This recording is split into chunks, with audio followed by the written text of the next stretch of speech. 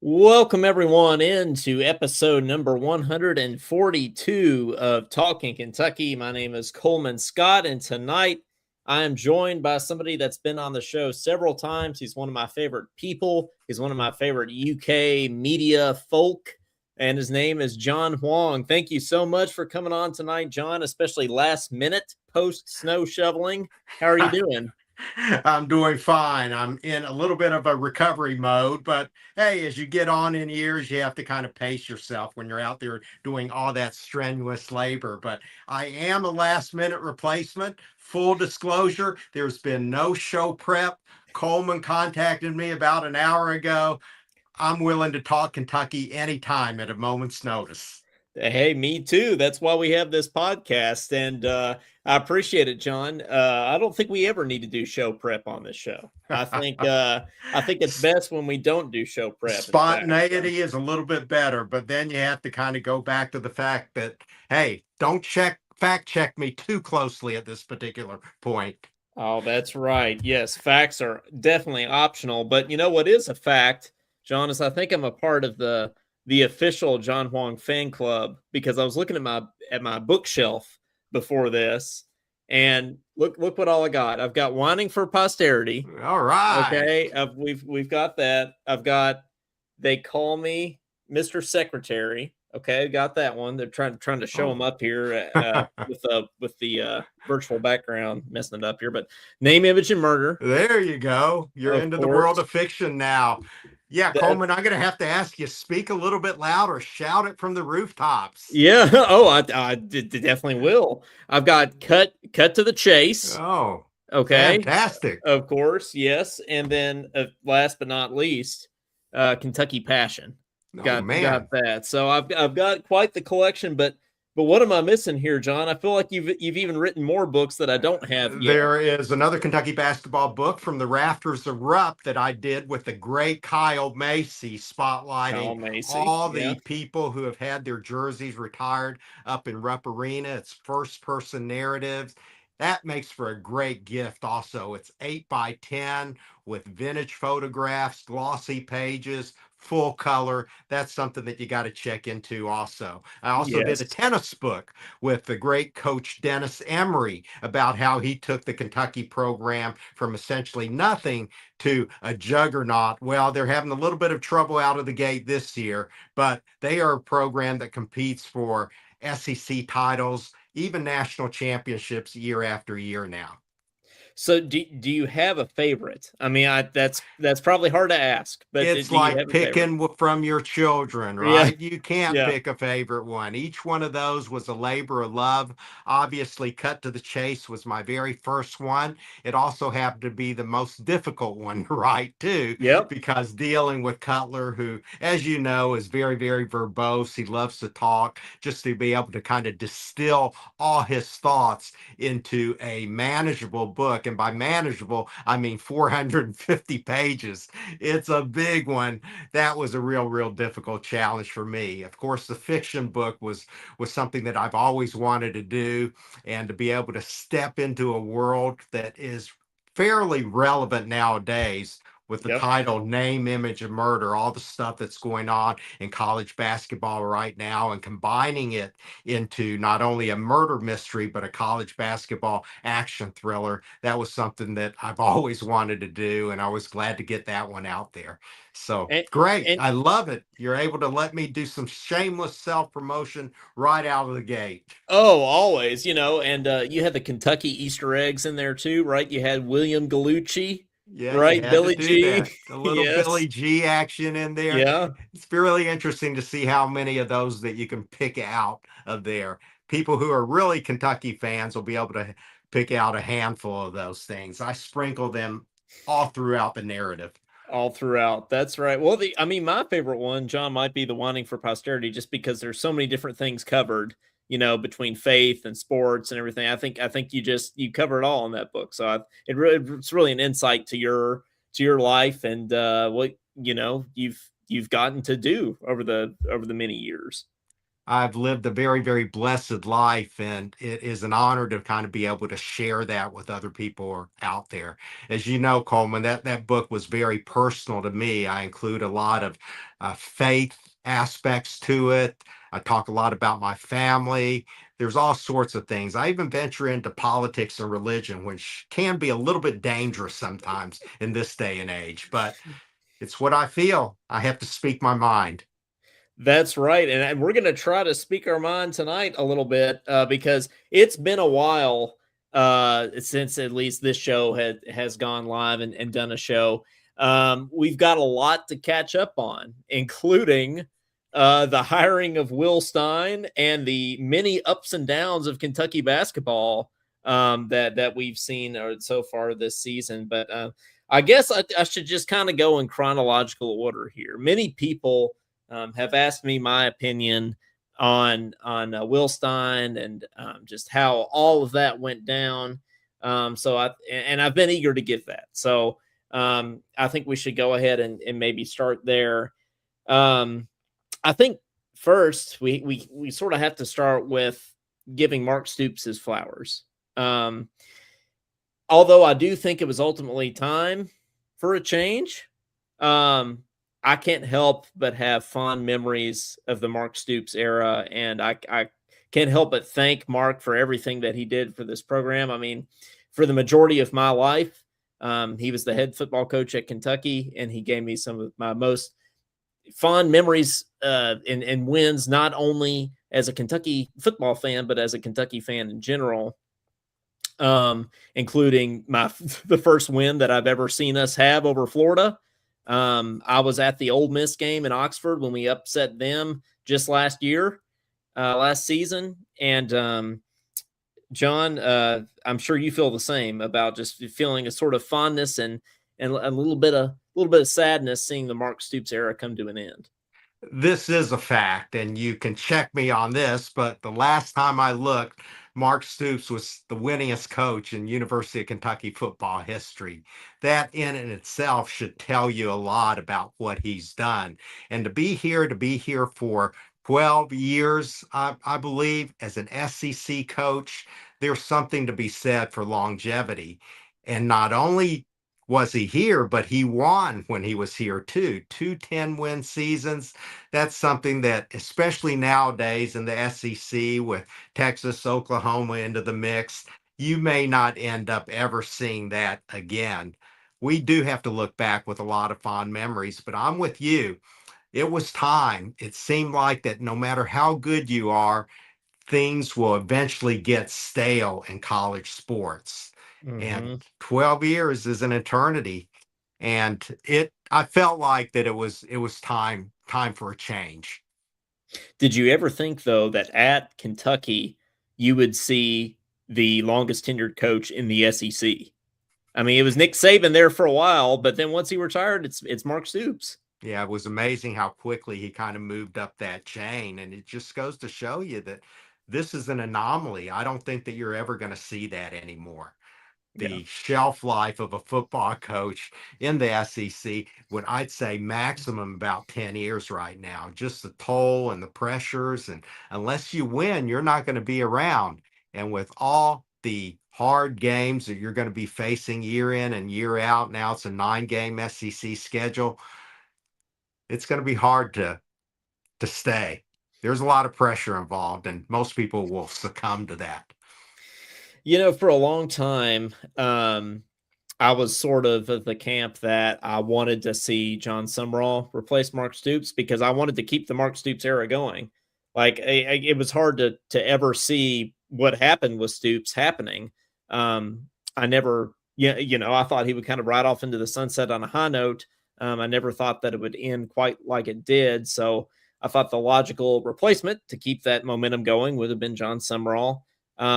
And it pained me to see him go to Florida, to be honest with you, because, well, I think as Kentucky fans, we don't like Florida very much. It's hard to see one of our own go there, But the more I think about it, um, the more I think it would have just been more of the same. And in this era of college football, leave NIL aside, just with having to put up points, the style of play, I think it was important that we went out and got somebody like Will Stein. So I think we got, about the best hire that we could, with as crazy as the coaching carousel was this year. I agree. Here's where great minds think alike. I also was leaning toward the Summerall camp. But then when you started thinking about it, if it truly was a matter of Stoops and his style getting a little bit stale over time, then I think what Kentucky wanted to do was go for the anti Stoops. Not so much in terms of the character issues and the toughness and the hard work and all that stuff. We all still want that, but they wanted somebody who was a little bit more progressive, a little bit more innovative.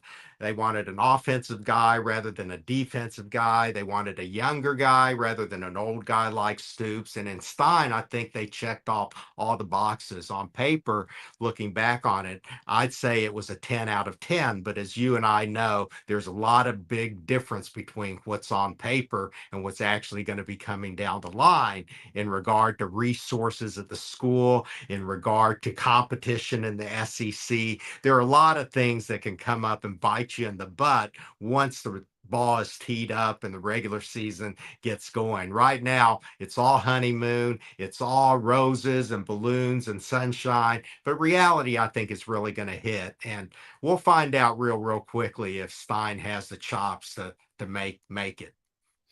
One reason I was so attracted to John Sumrall, was because he was one of us. He's a Kentucky player.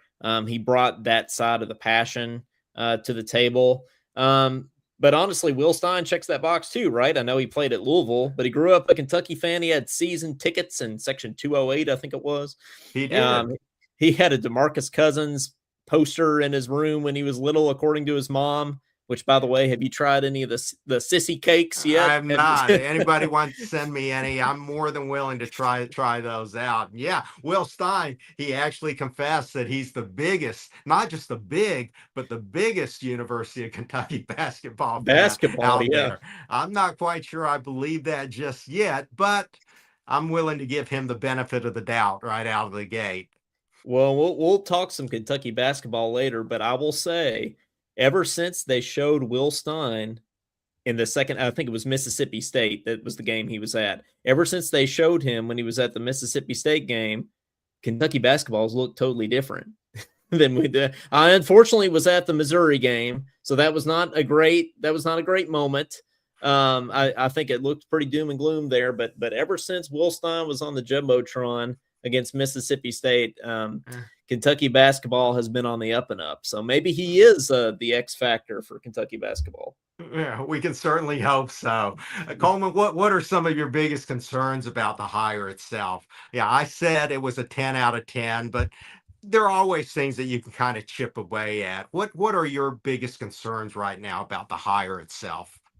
I think the one that everybody points to is the fact that he's never been a head coach. You're stepping into, it's, even though it's Kentucky, it's an SEC football head coaching position, so that's part of it. And then I think another thing people have been picking at, is how young his staff is. Right, I think we even has a 26-year-old on the staff, so I think the lack of experience, is probably people's biggest concern. But other than that, I mean, we've seen the proof in the pudding in his style of play. I mean, he's one of the brightest young offensive minds in college football. And then with the transfer portal, we've seen what he's been able to do there. I mean, the class he's brought in has, while he was still the offensive coordinator at Oregon, for most of that time, was pretty incredible. So beyond the lack of experience, which is not his own fault, I don't see much of a downside, to be honest with you. Yeah, I'll add one more qualifier to the lack of experience. I'll say lack of experience as a head coach. As we all know, there's a heck of a lot of difference between being an offensive coordinator or defensive coordinator versus the man in charge. Yeah. and a lot of people aren't able to flip the switch. We've seen a lot of people who are great offensive coordinators who end up bombing out as head coaches. The exception is somebody like a Kirby Smart. We're hoping we're tapping in to something like that. But not only are all his assistant coaches young, but I don't think any of his assistant coaches have any head coaching experience either. So who is he going to draw on? He's not going to Mm, be able to pick up the phone and call Dan Lange every time he's running into problems right now. He has to right. have some sort of mentor, some sort of grizzled veteran out there who has been a head coach, who has that head coaching experience, who's going to be able to guide him through the rough areas. I mean, I I'm not throwing any shade at people who are 36 years old. How old are you right now, Coleman? I just turned 29, just had a Yeah, birthday. yeah. So, See, I yeah. gotta say, what do you know? Yeah, what can Will Right. Stein know? The amount of stuff that I've picked up in my last 30 years of life, I could fill 5 more volumes of whining for posterity now. So Right. I don't want you to ever dismiss life experiences. So I'm with you. That's probably my biggest concern. Also, is just how is this young whippersnapper, this quarterback whisperer, this guy who everybody thinks is so innovative. He understands a transfer portal. Is all that going to translate over to being CEO of this multi-million dollar company that he now has to run? Well, we forget that, Stoops had never been a head coach either. His one and only head coaching job was Kentucky. And it took him a while to get going. Yeah, Obviously that was prior to this whole transfer portal NIL era. And although it was a steady climb, it did take him a while to get going. And if a couple of things had not gone his way, I think he would have been fired a lot earlier than he was.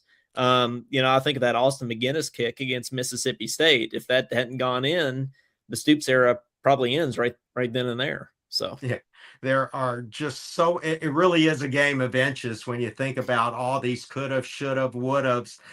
It could go both ways. There are a lot of times that teams should win games that they absolutely had no way of winning, but by the luck of the bounce, they end up winning that, and that can really change the fortunes of your entire program. yeah. Unless you're Indiana. That Yeah. was a team of destiny. Well, that's a good segue because that's another one of my topics here. Um, Staying on the topic of football, I know as Kentucky fans, we're supposed to hate Indiana. We're supposed to hate Indiana basketball specifically, but I can't help but love Kurt Signetti and love this Indiana team. In the era of NIL, to be able to coach the way he coaches and to put together a team the way and build a program the way he has, I just think it's In remarkable 2 years. in 2 years. Yeah, I mean, I said this on another podcast the other night. The only thing that would be crazier than what Signetti did were if Will Stein won the national championship at Kentucky this year. Like that would be the only thing crazier. It's really unbelievable. I think as Kentucky fans, we identify so much with the way Indiana was. Great basketball program. Football traditionally sucked. I mean, here was a program that was the losiest program in the history of college football, and all of a sudden they're winning the national championship. I know every Kentucky fan probably had in their minds, man, how great would this be if this were us? I don't think I can even fathom how that would be. I follow Kentucky football for 50 years, and I just cannot, even in my wildest dreams and imagination, picture them having the success that Indiana University had in these past 2 years. I would just be going crazy. I don't know if I'd be able to handle it anymore. I would just quit being a sports fan because what more could you experience? What better feelings could you have than being that dormant doormat of a football program and suddenly being king of the hill, top of the mountain?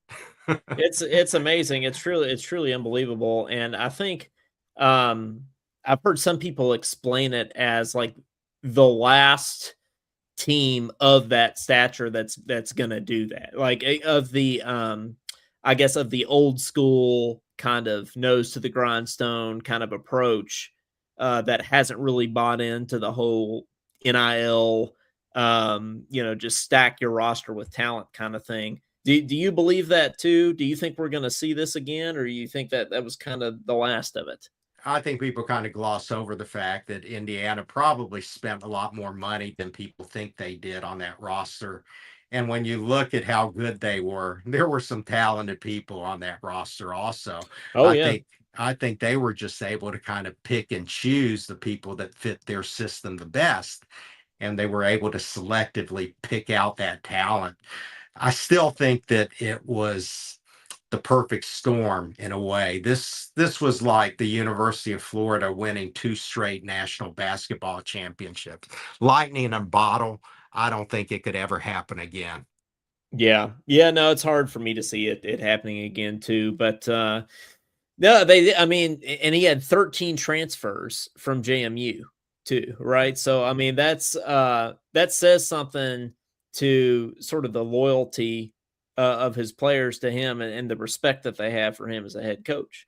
Um, I think that's one of the big distinguishing factors between him and Will Stein. If you're the head coach and you're moving to another program, I don't think that there's as much of a loyalty to your old program as if you were in Will Stein's position. You mhm. haven't heard too many players from Oregon jumping onto the Kentucky bandwagon, have you?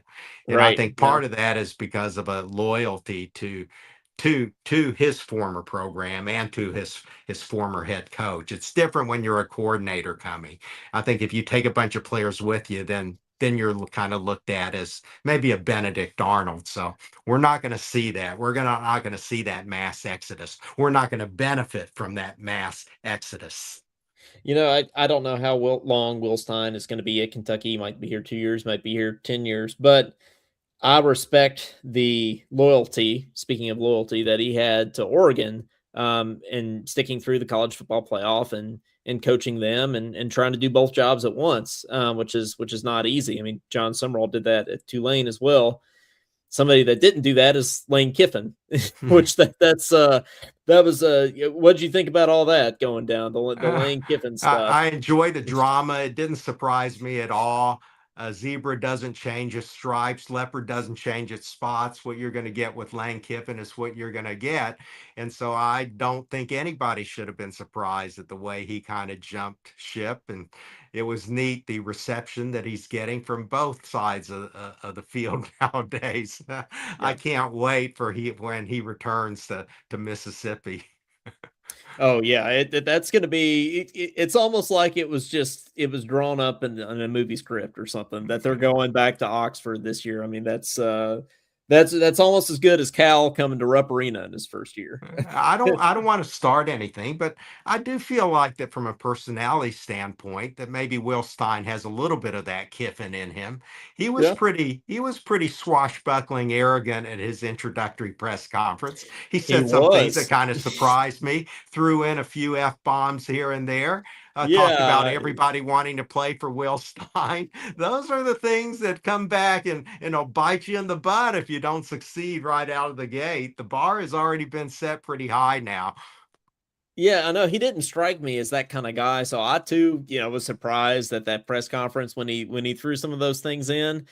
And yeah, I mean, after you say that stuff, I mean, it better work, right? Because if it doesn't, it's going to be over for you quick, I think. So, Well, um, initially, I was thinking that if Kentucky can just be in the hunt for a bowl game, yeah, I would be happy. But now that I see all the players that he's gotten in, then I'm thinking that just a bowl game would be a disappointment. If they don't make a bowl game, it'll be a tremendous disappointment for me.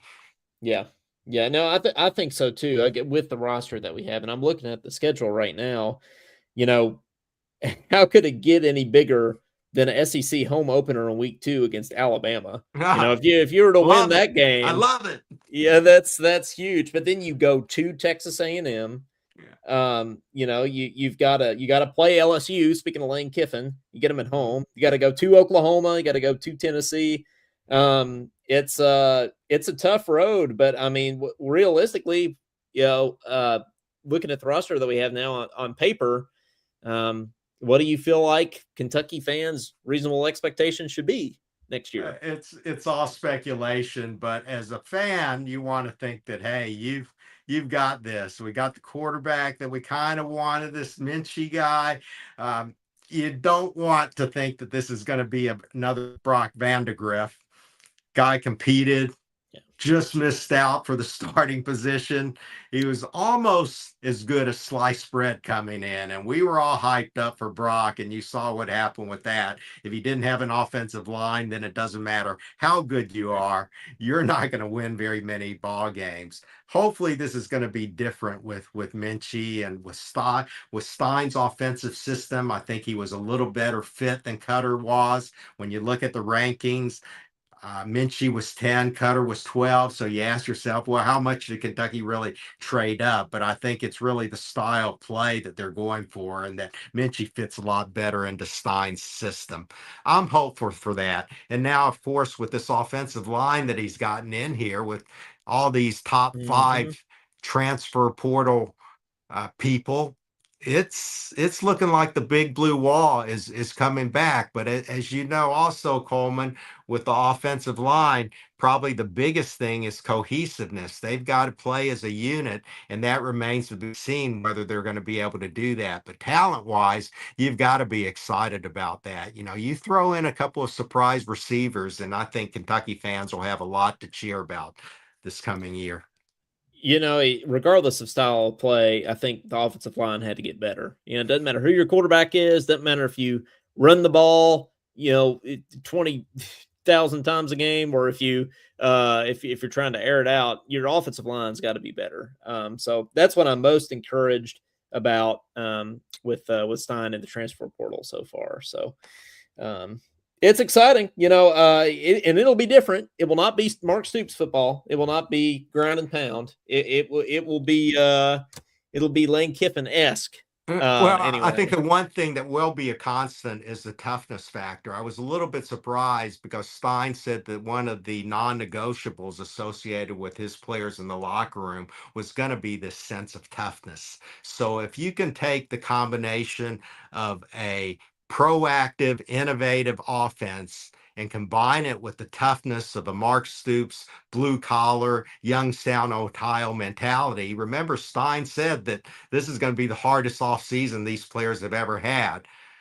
I Hmm. think that that's going to speak volumes. If you can combine those two, that's a win-win on both counts. We will see. We shall see what happens, but it's certainly exciting. Um, moving on to get some Kentucky basketball here, since we are in fact in the thick of basketball season. I went to my very first Big Blue Madness this year. I was very excited. Saw John Wall do the come and do the dance with Pope. Um, and we beat Purdue in the exhibition game without Jalen Lowe, and we're thinking we're going to win the national championship. Never in my wildest dreams did I imagine that we would have the record in the non-conference that we did, or lose to Gonzaga by 30. And but you know, it's been quite a turnaround. We've won 5 in a row, which is the longest conference streak in the Mark Pope era. Um, and it's hard to know how to feel because we're playing so much better without 3 of our best players, without 3 of our starters, than we ever did with a fully healthy roster. So I don't really know how to feel, to be honest with you, It's John. almost smoke and mirrors when you think about it. You wonder, Yeah. okay, how is Pope doing that? But yeah, I was like you. In fact, I put out a little post after the Purdue win that I've got my tickets for the Final Four in Indianapolis. How fitting it would be to win number 9 in Indy and exercise all those ghosts out there. And then Yeah. my, all of a sudden the bottom falls out, and Kentucky, not only can they not win a game against good competition, but they end up in that debacle down in Nashville, which I was there, and to hear the boos raining down from Bridgestone Arena. And these weren't just periodic boos at the end of a half. These were constant boos every time Kentucky threw the ball away or walked up the court on defense or whatever. It was something to behold. I never thought I would ever hear boos of that magnitude. But it just goes to show you, Coleman, how passionate this fan base is. And it's hard for us to accept the fact that this is such a roller coaster season. Kentucky right now is just battling their brains out, just trying to catch up because of the roster turnover and change. They haven't been able to get into any sort of identity. Two steps forward, one step back, and now hopefully, just as they were going full speed, Cam Williams goes out and they have to deal with another plug and play issue right now. I don't know how they're doing it. And this week, I think reality may end up hitting. You go down to Vandy and Arkansas. Vandy, I might see how they can squeak that one out. I don't think there's a chance in France of beating Arkansas and John Calipari down there in Hog Land. But Well, even this, going into Arkansas this year, I sort of wasn't as concerned about that game, or it didn't seem like quite as life and death to me as it did last year. Now that we've lost to them once, it's like it's like an old Cal quote. I've got bazooka holes. You can't hurt me now. I think most of So, the people had chalked that one up, even at the beginning of the year, regardless how good Kentucky was, to be one of the toughest games on the schedule. yeah, And if you were to go in there and win that one and steal that one, then oh yeah, all right, this team is national championship caliber. But the just the matchups and the style of play and how psyched up those fans are going to be down there, it'll be very difficult unless Kentucky just shoots the lights out of the baskets. I don't see it happening, but hopefully I'm wrong. obviously, obviously, we'd love to beat Cal. I mean, I think everybody agrees about that. But does it really matter as much to you as it did last year? That game, like, going against John Calipari, My my or is it just defense another game? my defense mechanism is it doesn't matter at all anymore. Yeah, Maybe that's just an attempt to kind of soften the blow in case we lose. But I have found that for my own psyche, for my own peace of mind, with this team, I just have to kind of take it a game at a time to enjoy the wins when they come, not get too frustrated when they fall behind by 20 points in the first half, not get devastated and crushed when they don't play well and end up losing, and to not be completely heartbroken if they end up not making the tournament. I think they're going to do it right now this year, the way they're playing. Hopefully, it's going to continue, but I'm not counting my chickens before they hatch on any of that stuff. This could change on a dime. The season has changed on a dime before, and it could still change on a dime. But I do like the way that they're headed. I love the trend of playing better. It looks like they're playing more. I think your audio cut out there for a second, John. You might want to unplug and plug back in or something. I don't think I can hear you for a second there for some reason, but I'm not Yeah, sure sorry, what. I had Oh, another there we go. call coming in there. Oh, you're good. Yeah, yeah. But Josh Hart says that Arkansas is 13-0 at home. I didn't know that, but that's not an encouraging stat going into this weekend. That's for Yeah, like I sure. said, defense mechanism, you might want to kind of tone your expectations down a notch. Uh, Mike Dowd is kind of talking about Jaden Quaintance right now here in the comments. It's hard to know what's going to happen with him. I think when he sat out, I can't remember what game it was. I think it was Mississippi State that was the first game of this kind of stretch that he's sat out. Um, for some reason, I just had a gut feeling that he wouldn't play again for the rest of the season. And I've heard people, comparing to Shaden Sharp. I don't think that that's what's happening at all. Now he might be conservatively, sitting out to protect his draft stock, but I mean he wants to play and he's clearly played. But if you were a betting man, John, do you think we see JQ again this season or not? I'm not a betting man, but if I were, I would say we probably don't see him again. And I say that strictly not because of anything I know, but I'm going to put on my dentist hat, my medical professional hat. You put on your doctorate cap, and it's just kind of makes sense that these knees are not supposed to swell up like that to that degree after being cleared to play and to be putting regular pressure as he would running up and down the basketball court. So if he came back for 3 games and he didn't play a whole lot in 2 of those, and you're getting knee swelling, to me, that's not a good sign, especially somebody who's coming back from major knee surgery. Even in this day and age, it's still major knee surgery. The Yeah. usual recovery time was a certain window, and he came back on the front end of that window. So maybe it got rushed a little bit. Maybe it didn't. Who knows? Only his doctors know for sure. But just from based on what I've seen from a medical standpoint, it would make sense that he would not play anymore just for his own personal benefit. From a Yeah. basketball standpoint, though, I would think that he would want to play to at least show that he's got a little bit more than what he showed in those 3 ball games that he played in. St. John's was great. Right. The other two, not so great. Yeah, which I think he does have a lot more. I think part of it is just, trying to jump in mid-season when everybody's in mid-season form and you haven't played in a year. But I think especially defensively, the sky's the limit for him. So, Yeah. it's disappointing for sure. But, And well, I think they could still use him. I mean, this stuff is a lot of this talk about, okay, now that all these guys are out, it's good that people can really kind of focus on their roles. And I think there is some truth to that, but you don't want to stretch it too far. These guys were good. I think both Jaden Lowe and Jaden Quaintz, I think they could have certainly helped the team. Certainly having Cam Williams available would have been a big boost to this team also.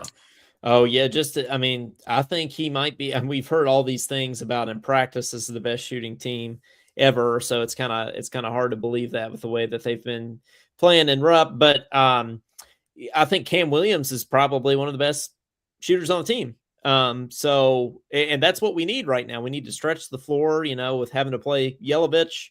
I think that's kind of the style of play that we need to lean toward. And not having Cam Williams certainly hurts you.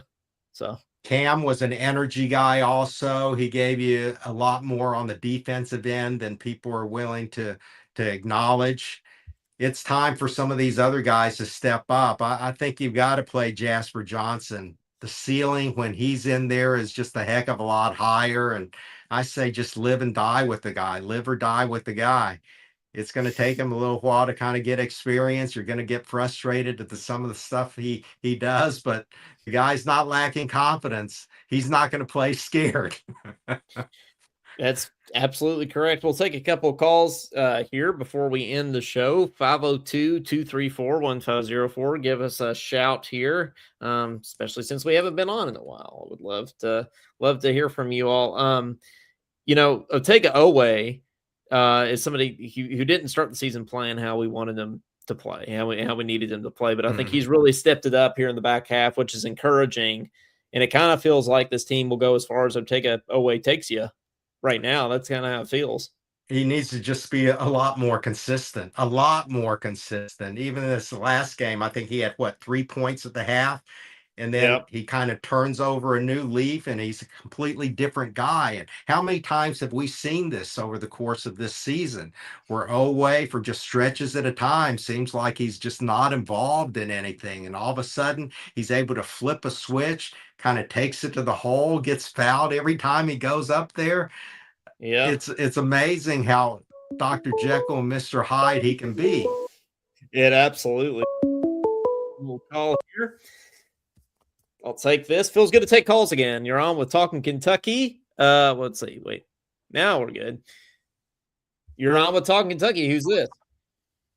Hello, Coleman. It's me, Josh. What's up, Josh? It's good to talk to you, man. Good to hear your voice again. And it's been a minute for sure. Yeah, I'm glad you finally come out of retirement. Yeah, I'm out of retirement. Yeah. I didn't even start drawing Social Security or anything. Yeah. So I'm here. Well, I mean, you are just 29, so you can't That's get true. them benefits yet. That's true. I don't start Social Security till I'm 30. Yeah, that's right. So, well, how's it going, man? It's been pretty good up here in Minnesota. It's very cold up here. I think we got above freezing for only the second time in like maybe the last 4 days. Oh, that's right, man. You're up in Minnesota. Yeah, I can't imagine how cold it is up there. It's crazy. 14, 15 degrees is what I'm hearing there. Yeah. Yeah, about 14 or 15 degrees. I'm in above freezing, not above freezing, above the negative mark is what I meant. Oh my gosh. We haven't. Yeah.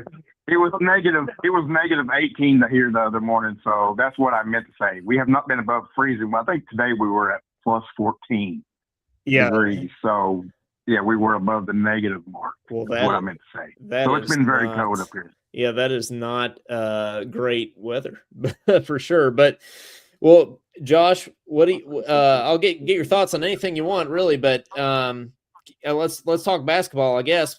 How are you feeling about the Cats? Do you think we're going to make the tournament? Are you encouraged at all about this 5-game win streak? Every time I go and think we're going to start doing something well, we get another injury and another injury. And Cam is probably done for the year. JQ's probably done for the year. And it just seems like every time we turn around, we're losing somebody. Don't know what's going on with Trent Noah. That's been really quiet. So I don't know what's going on with them. So have you guys heard anything about Trent, why he's not playing? I haven't heard any. I'll check with John after we get off here, but I have not heard anything about why Trent's not playing really as much, other than just maybe he can't hang from an athleticism and a defensive standpoint. But I don't know, Josh. I'm with you with the injuries. I think it's just a mystery. It feels like it's not a coincidence, but I guess it's bad luck. I mean, I guess that's what you have to chalk it up to. I mean, can you imagine if we were fully healthy? I mean, completely 100% healthy. How good this team would be. I think we would be playing so much better if we had every athlete available. And everybody was talking about, I don't know why Coke's got 13 and 14 people on his roster. Now you know why he's got 13 and 14 people on his roster, because thank goodness. He needs these players. There's one guy, I don't remember who they were talking about the other day. I've seen something on Facebook. There's a kid that plays for Kentucky, but he's been on the bench the whole year. And he's got a medical red shirt, and somebody's like, you need to take that red shirt off and play him. I can't remember who he is. But maybe that's an option. It's Braden Hawthorne is who they're talking about. But Josh, he's even injured. He hadn't been playing all year, but apparently the reason that Pope said in a press conference the other day that they've considered playing him, but right now he's not healthy. Which is just mind-boggling, but I guess it's true. Yeah, that's just insane. I'm really excited about the direction of the football program.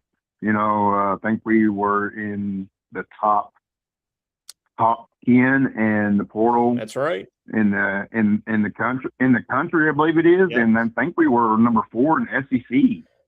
With the portal, so that's right. Will Stein came in guns a-blazing, if you want to say it like that, and really got some good big time recruits to come to the University of Kentucky. Yeah, including taking some from Tennessee, but which is great. But well, Josh, it's good to hear your voice. We'll be on here again soon, and but it's good to be on tonight, and it's just good to get this thing rolling again. Yes, sir. Go Cats and God bless. Go Cats and God bless. Yeah. What about Trent Noah, John? Do you know anything? Why do you think he's not playing? Is it just that he can't hang? Yeah. After listening to Josh, I don't think it's quite as cold here in Lexington as I thought it was. I can handle. That's right. Maybe I can handle 0, right? Oh yeah, I think we'll be fine. As far as Trent, I think it's just a matter of he just lost his confidence. He's struggling on defense. They just need to get him in there and hit a few shots. I think if he can hit 2 or 3 shots in these next couple of games, get his confidence back, then hopefully he'll start rolling again because they do need him right now. I mean, he's not going to come in and be a savior, but if he can just provide those 10, 12 minutes and not be such a big liability on the defensive end, then I'll take I'll take 1 3-pointer a game from Trent Noah. I think that'll be good enough. That's not I think we asking need too it. much, is it? That's not asking too much. No, especially with the Pope said he's like the best shooter he's ever seen in practice. So that's, I feel like that's not too much to ask. But It is amazing how confidence can affect those shooters. Look at what's happened with Colin Chandler. Started yep, off the year, he couldn't miss. He said, "That's the thing I'm most confident about is my shot." Then he goes through that stretch where he loses complete confidence to the point where he doesn't even want to shoot anymore. And now it that's looks like he's recaptured that a little bit. We're going to need him also. He's stepping up in a big, big way. that's right. That's absolutely right. But got another call coming in here. You're on with Talking Kentucky. Who's this? It's your boy Claude. What's up, Claude? Good to hear your voice, man. Good to talk to you. How's it going? Man, it is so good to see you all. I mean, it is really good. For a while I was just like, did they just quit? Did they just retire? Did they just, not want to do it no more? And, especially, during those tough losses earlier in the season, I was like, well, they're probably ain't too enthusiastic to come on and, talk about the team because we wasn't winning those games like we thought we was going to. Now, of course, we beat Indiana and St. John's, That's but right. the other games we should have won, especially that Gonzaga game. That game was just I Oh, it don't was know awful. what happened in that game. Yeah, it was. Well, And then you went to the Missouri game. I did go to the Missouri game. Yes, Ryan Lemon gave me tickets, which is my mom and I tickets, which was very nice. And although we lost, it was still fun to go. So that was How nice. did you win tickets? How did you win the tickets for Ryan Lemon to give you the tickets? Didn't even win them. I'll tell you. I mean, I guess it was because Kentucky was not playing well, and I guess tickets were more widely available. I don't know what the reason was, but I went to a KSR remote at the bar there, and my mom and I were the first ones there, and Ryan just looked at me and said, "Do you want to go to the game?" And I said yes. So that's how I got the tickets. Didn't even have to work very hard for him. I think it was just Ryan being a nice guy. So it was around my birthday, and he didn't even know it was my birthday. But it was a nice birthday present nonetheless. He is such a great dude. I love Ryan.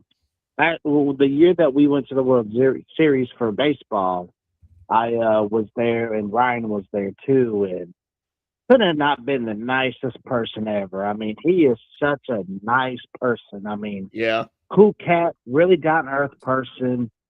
I mean, he's such a relatable guy too. Especially when you're listening to KSR, you can just tell how relatable he is to people. That's right. And I just couldn't get over that. And I still can't get over the fact of how nice he was to me. Like, I just couldn't believe it. Like, oh, he's a very kind person. I love Ryan. He's extremely nice. And, but no, Claude, I assure you, we did not quit, and I assure you, we will not quit, and we're also not retired. So we're still here, we're still doing it, and we're glad to talk to you. But what are you feeling about the rest of the season here, Claude? You think we're gonna make the tournament? You feeling optimistic? Yeah. I think so. Honestly, what made me fully confident in making the tournament was the fact that we beat Tennessee in Tennessee. Yep. That gave me the confidence booster that we're more than likely going to go to the tournament.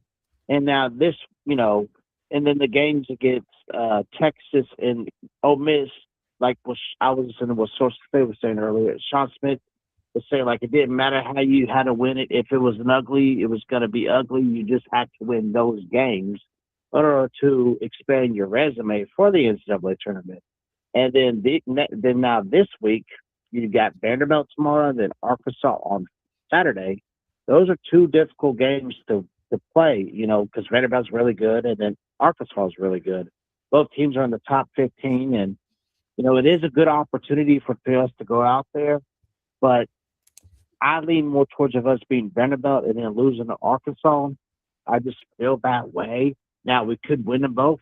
We could lose them both. But I think if we lose them both, I don't think it hurts us as much.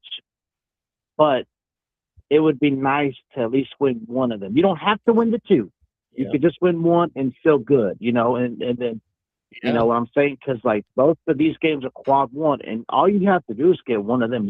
It would be nice to get both, but you really don't have to get both games. You know what I'm saying? That's right. Yeah, if we get one, that would be really nice. Well, thanks, Clyde, for calling in. It's good to talk to you, and we'll be on here again soon, and we'll talk to you again. Absolutely. Go Cats. Go Cats.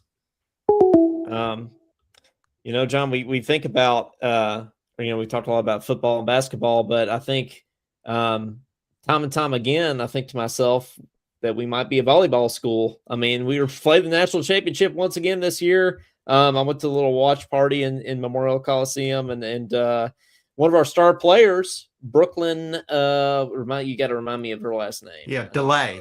Brooklyn Delay.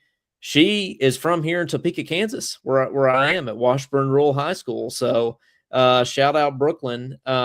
She played pretty much the whole season with a hyper extended something in her leg, some crazy injury. Yeah, and nobody really knew about it until the very, very end. So that makes what she did even that much more magnificent. This whole volleyball aspect where Coach Skinner kind of takes this program over, where nobody is even in the stands. You only have kind of family members, and then gradually over the course of time builds it into this national championship team.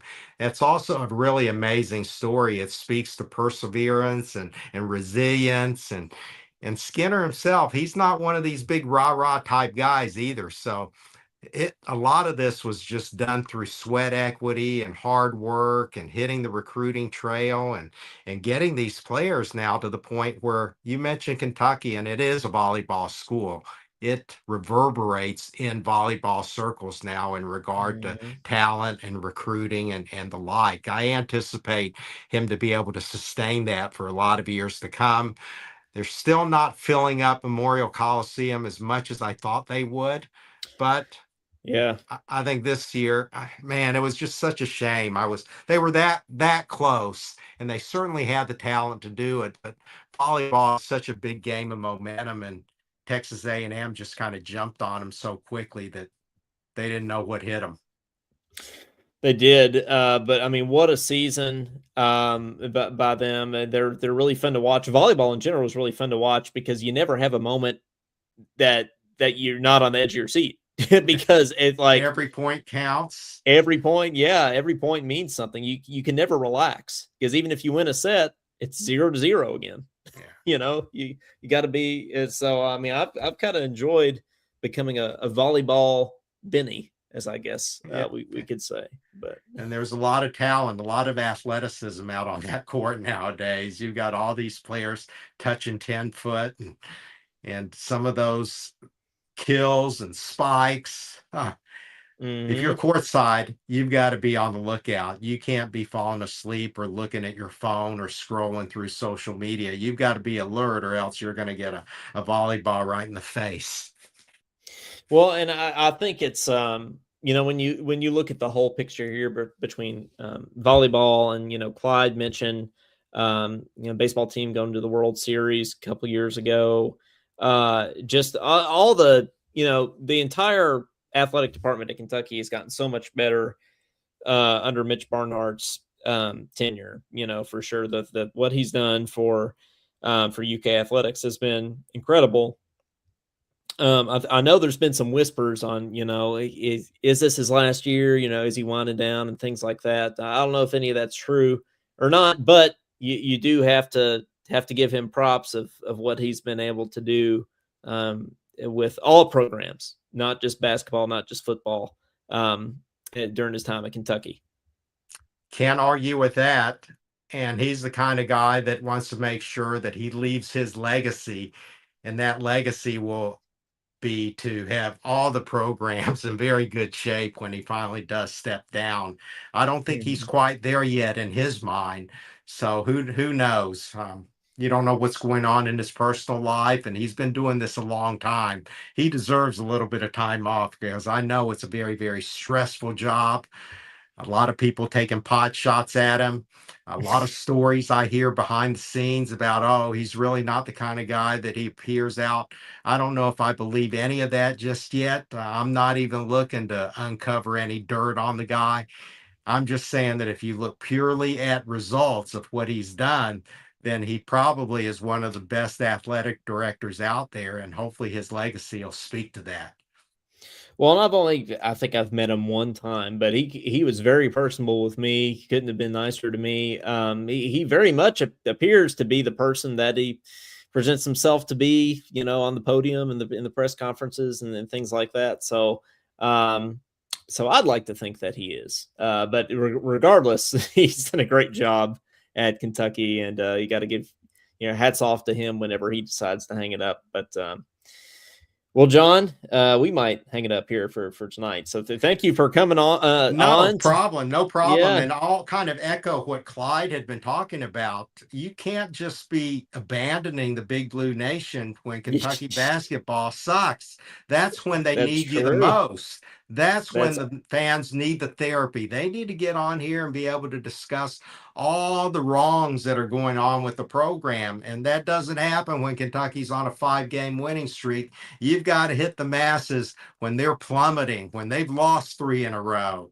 You're exactly right. You're exactly right. I mean, we have more callers, more viewers, tenfold when we're losing than when we win. I think that's true of every show. So we're not going anywhere. That's All for right.